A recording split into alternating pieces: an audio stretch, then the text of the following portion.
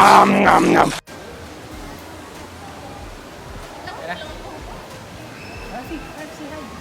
Hi guys, Box here again. So it's another part of our Samgyupsal series. And so I'm gonna check it out. The one here at Festival Mall. Here's Samgyupsal. So happy, say hi to camera. Say hi, happy. Hi, happy. So let's go.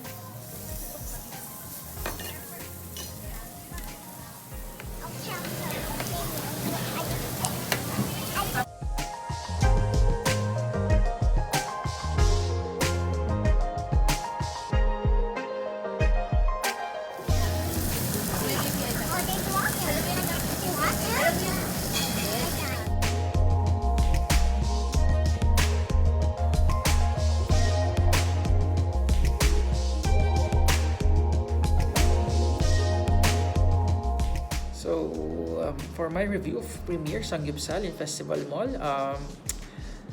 yes, of course, almost all Samgyupsals are the same. Okay, they have good marinated meat.